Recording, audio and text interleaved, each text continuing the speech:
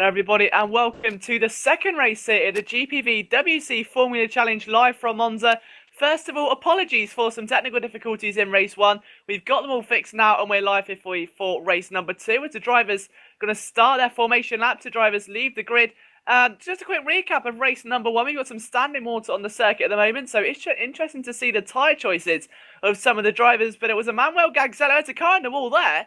And that belongs to, I believe, Hansko Mebius already. So on the formation lap, on the dry tyres, just showing you that how slippy that track really is. The car's always another one off in the wall in the background. I think there's really much you can do. It's Hansko stuck, and I think that was almost newcomer Javier de Carvalho. He almost run into him there from P27. But who is it right about? We've got, I think that's James Kirkhoff as well for the Backmarker Brigade in P37. He's got the car going again. I don't think there's any damage to it. But yeah, so race one was quite interesting to say the least. I think the weather shook it up quite a bit.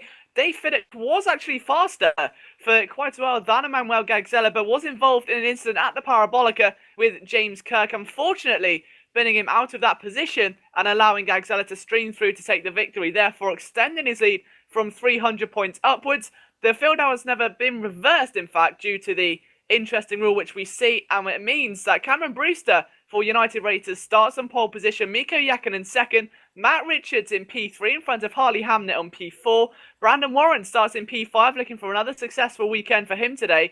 7th is Tom Jacobs in the other United Racers. Then we've got Adrian McNaughton and Scott Servick rounding out row 4, Sven de Vries and John Munro in P9 and 10 are there in the pit lane.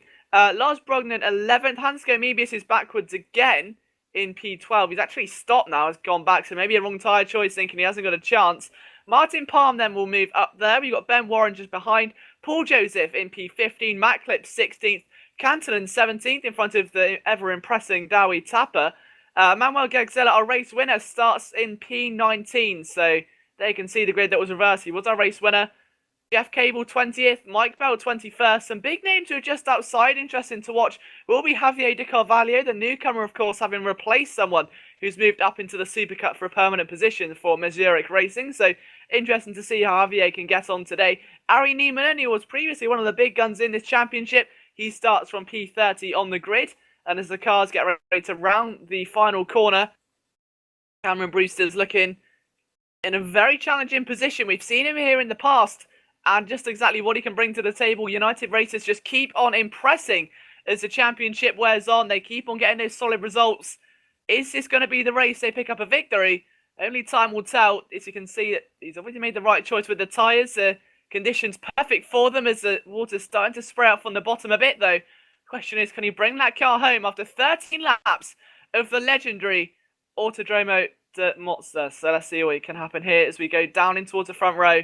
He'll stop his car, and as the other drivers stop just behind me now, await the arrival of the red lights. A couple drivers in the pit lane. We'll try and keep you updated on those shortly, but as Ari Nieminen starts all the way down in P30, he's going to have a very big task on his hands to get himself back up towards the front of the field. What he's going to do is hope really for a solid race. It's going to be a very interesting run down to that very tight first corner. Very short run, and we saw plenty of action there in the first race. Question is, are we going to see any in the second? Again, only time will tell as we await the arrival of those red lights. So I think we're about to get ready for a 13-lap race. This should be very interesting as we have 5 red lights to feed just above the throttle. They slam down and we're away. A good start there by our current pole sitter, Cameron Brewster. We've got some position changes down. I think that's Harley Hamnet, who got a terrible start. He's down to P14 already. As the cars stream down now into the first corner, let's keep an eye and see if any incidents take place. I think it may just be okay. In fact, we've got Mikko Räikkönen actually cutting the corner a little bit there to get himself into P2. Hopefully, I think he's just about stopped that one now. But as the field stream their way down, a couple of cars off in the background. But, however, it's looking at the moment like Brandon Warren's looking fairly competitive in his current position, up to P2, having started 6th on the grid. So, very good job there by him as he tried to chase down Cameron Brewster. Jacobs 3rd, Räikkönen 4th. And there goes Matt Clem into P5, overtaking Palm. And then Scott Servick as well. McNaughton just behind. Then Dowie Tapper, who's made another fantastic start. Still no sign of Emmanuel Gagzello. So we'll try and keep an eye out for him and whereabouts he's in the circuit. He's actually P11. So again, made further progress after starting P19. In fact, he's going to go for P10 there, I think, as he tries to attack Tappers. So those guys can really not be separated at this early stage.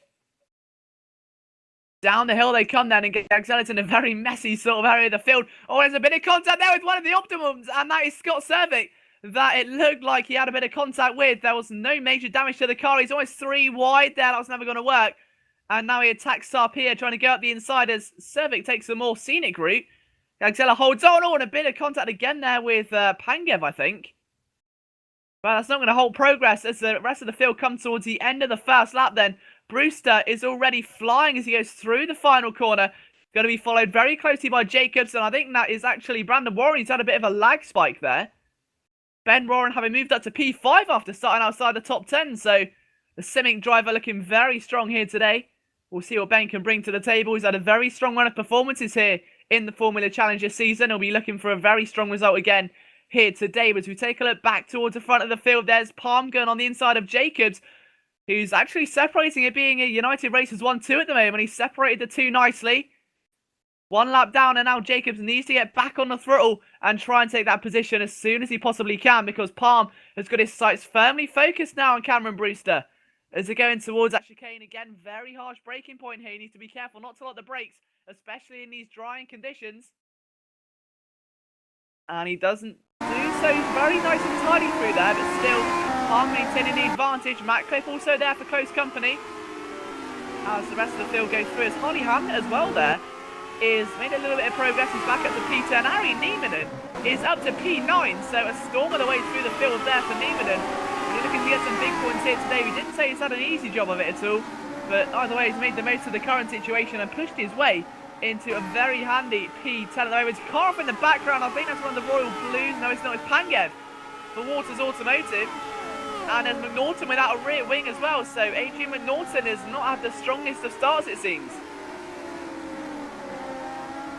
Carvalho on his debut up to 18th here, but back at the front of the field, this is where most of the action is happening. It's Brewster and Palm who are duelling away at the moment. And Palm still in second place, looking for the lead, and that wasn't going to happen through there. Brewster maintains the inside line and will not run wide at all. He's going to be careful, so not easy to touch the grass on there. It can happen to the best of drivers, and Palm's going to take full advantage as he darts to the inside. The car streaming down now to turn number 1, and Palm's going to challenge for the lead. It's going to be a very tight overtaking manoeuvre to make. He'll ball in the outside line for turn number 2, but Brewster may, just may, be able to hold it. Brakes a bit earlier, lets Palm make the mistake. He goes way too deep. Brewster anticipated well, and then he's going to have to give that one back as Cliff actually overtakes Jacobs. So Tom Jacobs loses another position. Ben Warren looking to further add to that list as he chases down and hunts for that P4. Also a bit of a fight there. Keep an eye on Dave Fiddick, who'll be very disappointed with the events of race 1. Finds himself inside the top 10, just in front of Paul Joseph's Royal Blue and behind Harley Hamnet's car for Viking Racing. He's looking quite competitive at the moment, and De Vries has actually set the fastest time there.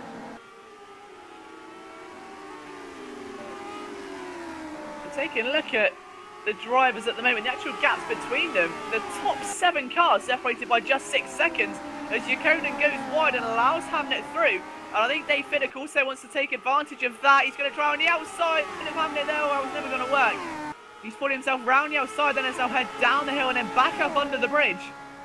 Fiddick's got the move on Yakonen. He wants Hamnet though. He darts to the inside. It's a very tight corner, this one, a very fast corner as well. Not the most opportune for overtaking. Fiddick accepts the challenge, and he just about conquers it. A very smart manoeuvre there by Dave Fiddick. He excels himself up into 8th position. He's got that long chain of cars behind him.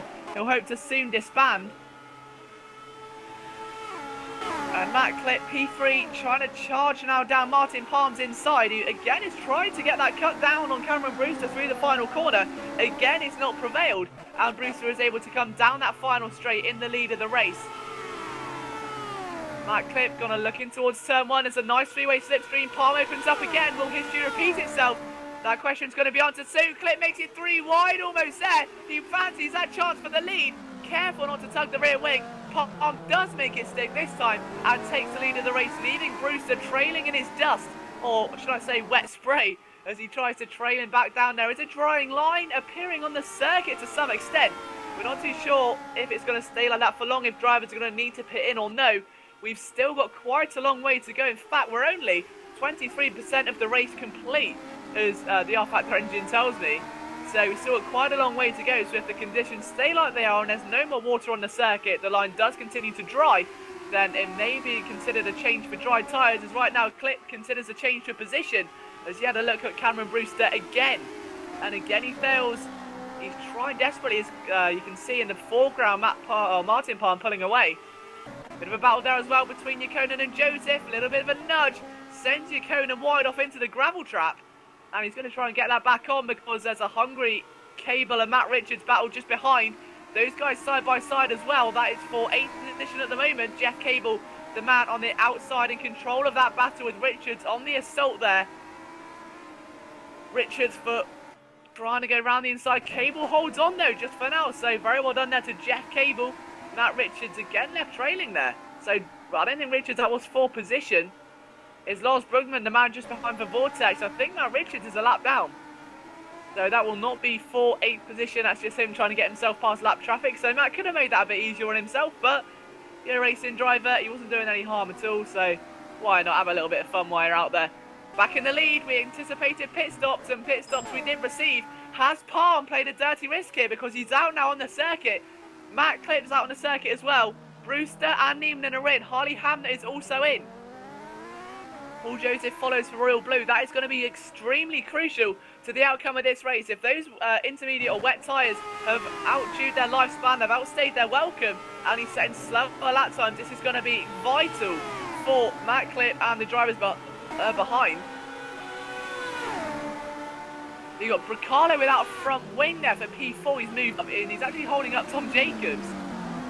And I'm sure Tom's going to try around the outside, and that lack of downforce for Bracalo is going to haunt him around this circuit because it hardly rewards you for having no front wing at all. There's a lot of fast flowing corners where the car is not going to be able to hang on. One man who is hanging on, however, is Dawe Tapper, who's again set the fastest lap of the race so far. So he's flying at the moment, even though those tyres are working for him. Gagzala's in 21st. You've got Dawe in 22nd. And oh, it's Pangev off again. That is about the 4th time we've seen him in an incident today. That's coming out of the opening complex, and Tapper goes through. Still, maybe more importantly, on the wetter compound, as Richards is on the dry and is struggling there. Of course, he's a lap down.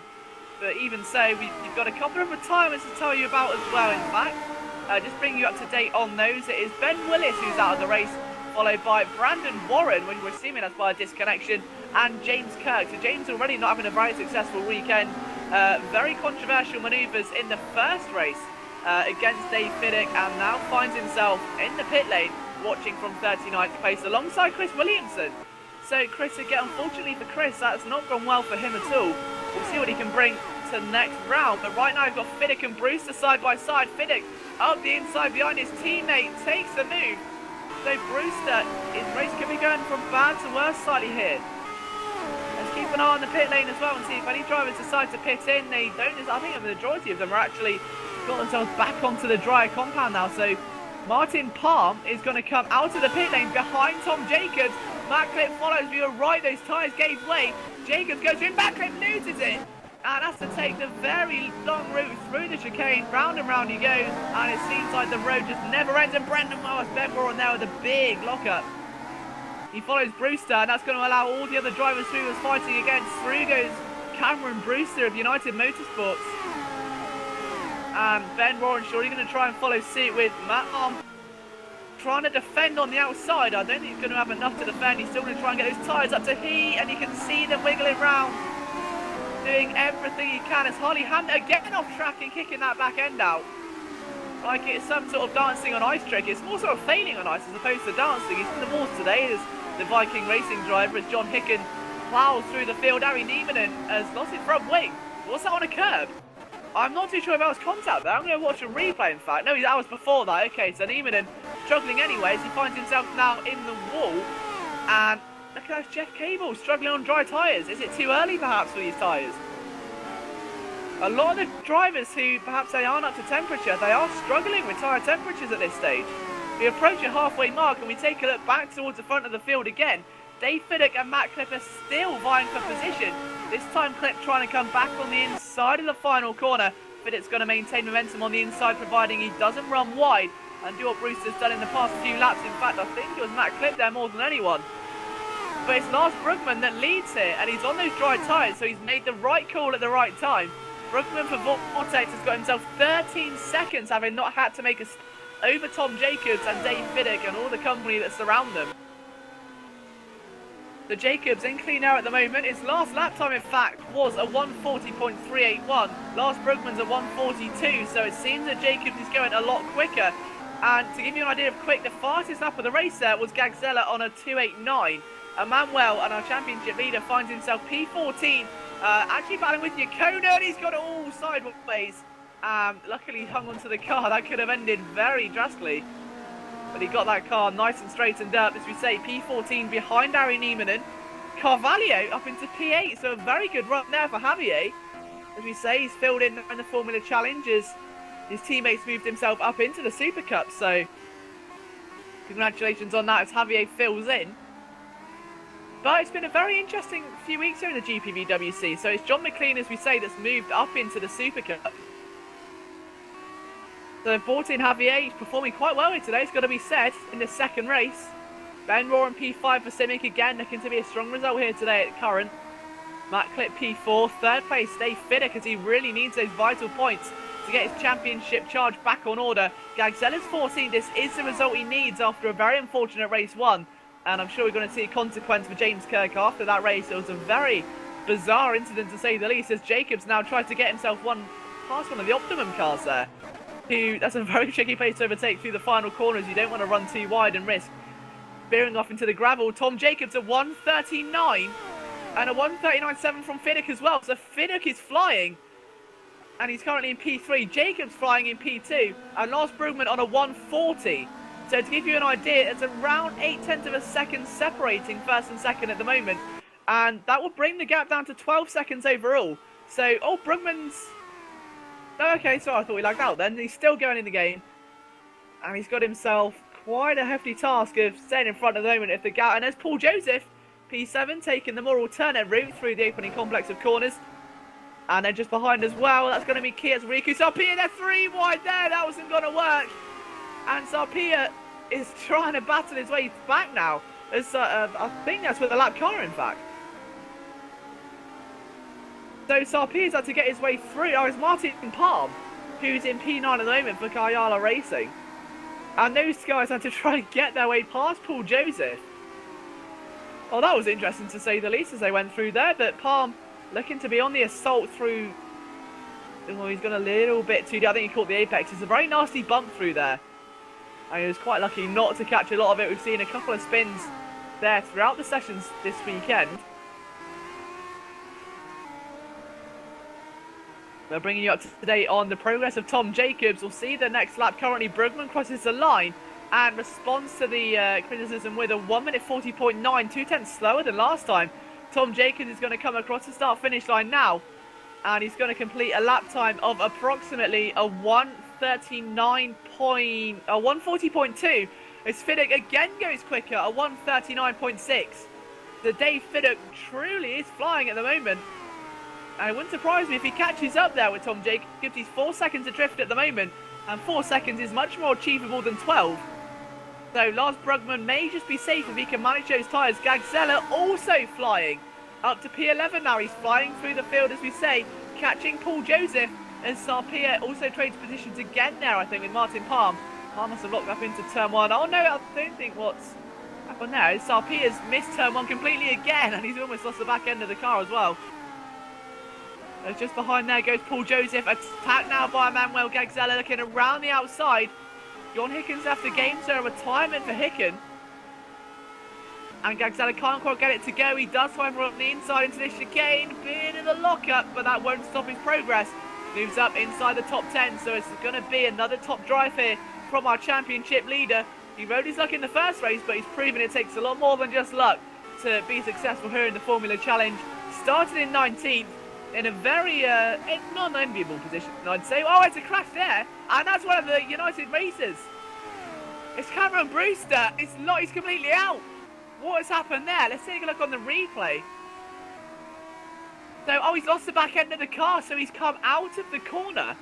There's no contact at all, but it's that nasty dip I was on about. The car just bottoms down a little bit, He comes out, loses the back end, opposite locks. He actually fixes the mistake.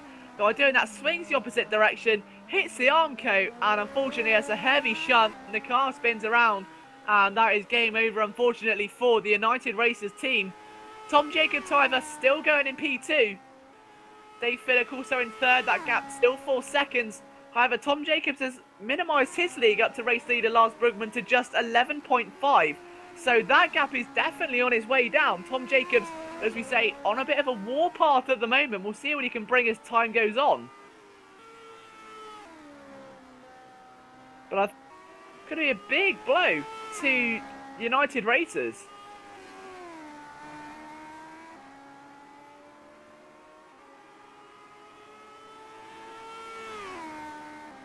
And we'll just try and keep an eye on what our race leader is doing as well of Lars Brugman. Is this going to be quite key as to his progress in this race? He's actually coming through there now. He's going to be in towards the Parabolica in front of Tom Jacobs by about, again, 11 seconds. They've got to get past Provost. That could be key. That traffic hasn't been much of an issue here today at this stage. But nonetheless, it's still pretty interesting because he's got a lot of work to do if he wants to fly through. But taking a look back through the field as well, it's all kind of settled down a bit for now. Bender Rees, who was setting the early pace earlier on, P14, kind of got himself in a bit of a rut at the moment. 2 seconds behind this battle between Jökonen and Ari Niemanen. The battle stabilised also between Fiddick and Jacobs. I think what's going to be crucial is, Fiddick's done another fastest lap of 1:38 this time. As Jacobs goes into turn 1, overtaking Provost very fortunately. The gap's still 11.8 seconds. He's got a little bit, it's very deep there. And that's going to be a big, big gain for David Fiddick. Provost is there back alongside. This is a bit of a tricky scenario for Fiddick. What way do you go? Ross has to move out the way. Gagzella also 4/10 quicker than Dave Fiddick. Fiddick also through the Curva Grande. He's got a much bigger run here on Tom Jacobs and now looks to the inside. And and a big slap at the door. You're not going through today, says Tom Jacobs. He wants that race for his own. He wants to take P2. Fiddick needs the points as Gagzella's on a warpath up to P8 here. 2 seconds up the road is Martin Palm, but for now, Manuel Gagzella started P19 up to P8. This race has been a big success for him.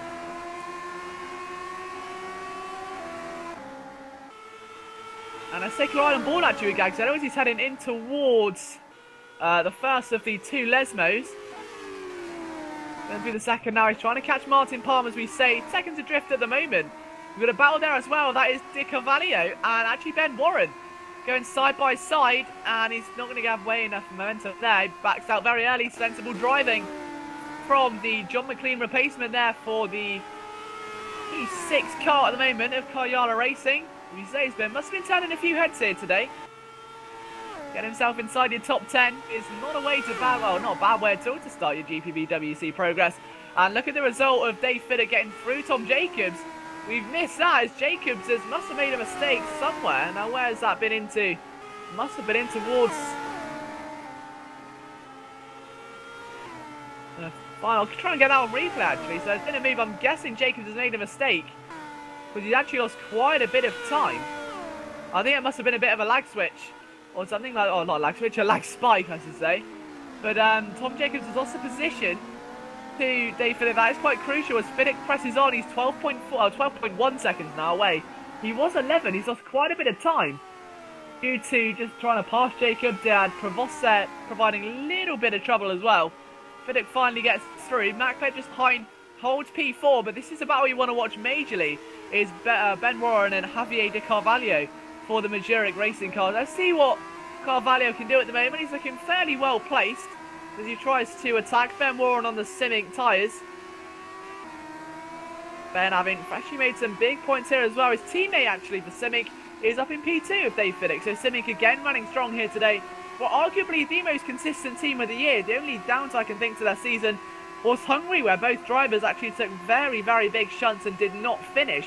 Hansco Mebius and Jonathan Provost have both retired from the race here at 85% completion. So unfortunately for them, they could not quite make it to the end as Carvalho lost a bit of time through the Ascari and they're heading towards the Parabolica now, and it's going to be, I think, Ben Warren leading that charge for a little while longer. He seemingly has the pace at the moment as Palmer's been passed, I think, by Gagzella. So yeah, Gagzella's up to P7.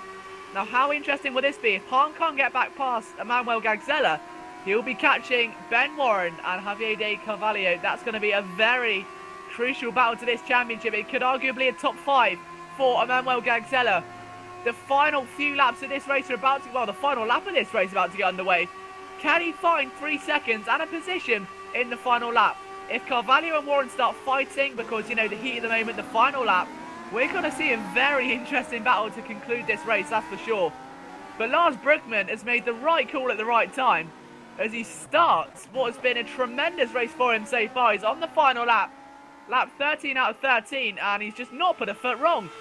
You've got to take big risks if you want to be successful here. It's such a competitive field, close to 40 cars each and every week. And Lars Brugman has made the perfect strategy there. Gets himself on the dry tyres, a bit risky at first, but knew the track was going to dry out. And this is where he finds himself going in towards the final corner.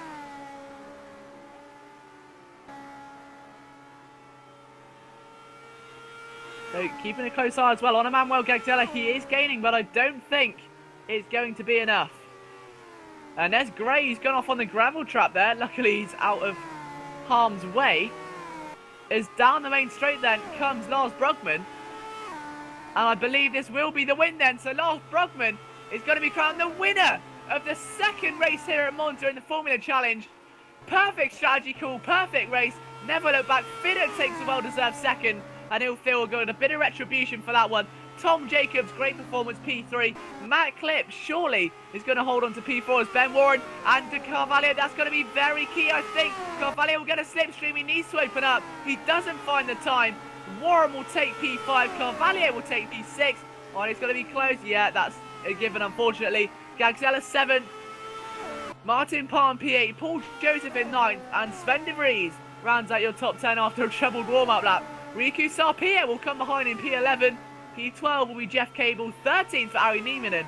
So a very respectable result there. Mikko Ykkönen will finish in P15 behind Kantonen. Look at that, a pass on the final corner. So Oskari Kantonen for Edenis Racing takes the victory, that position there for P14. Harley Hamnet, P16. Again, a troubled race for the Viking driver, but he brings the car over the line. Optimum of Scott Servick is going to take P17 from Todor Pangev, who's unfortunately again been in the wars today, but brung that car to a finish for Waters Automotive. He'll cross the line in P18, so all in all, not a bad effort, considering you've been in the wars quite a bit. He's done more pirouettes than a ballerina on an ice rink. But either way, I'll be happy with that one as Mike Bell crosses the line in P19. 20th is Lewis McGlade.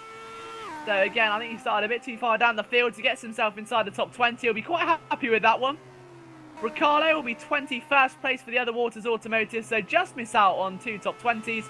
Then Daniel Beck, Matt Richards in P23, Matt Gray 24th, 25th for Jonathan Ockerklint in the other Optimum Sim Racing. Hansko Mebius, Jonathan Prevost, Dewey Tapper did not finish. So unfortunate circumstances there for the hotshot who's been impressing over the past few weeks. John Munro 29th, William Neron in 30th, Cameron Brewster, John Hicken, McNaughton, Dave Simmons, James Ross, Leonov, Ben Willis, Brandon Warren and James Kirk, followed by Chris Williamson. All of those guys did not finish, but what a victory there for Lars Brugman and the Vortex GP team. They will be thrilled with that result. Maybe we'll hear from a couple of these drivers in a few seconds' time. We'll try and bring them into the broadcast booth for an interview after what must have been a very tense race for a few of those guys.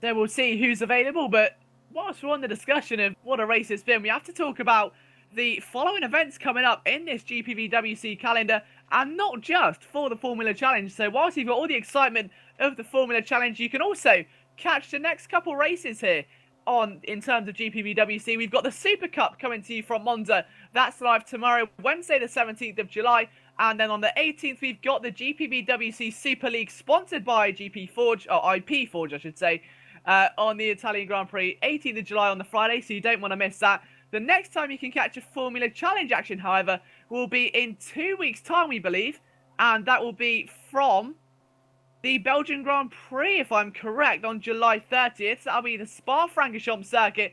So be very keen to see what the weather does there. So my favourite circuit, I'm sure a lot of drivers will share that view. A lot of drivers obviously go against it. It's a kind of love or hate circuit for some drivers.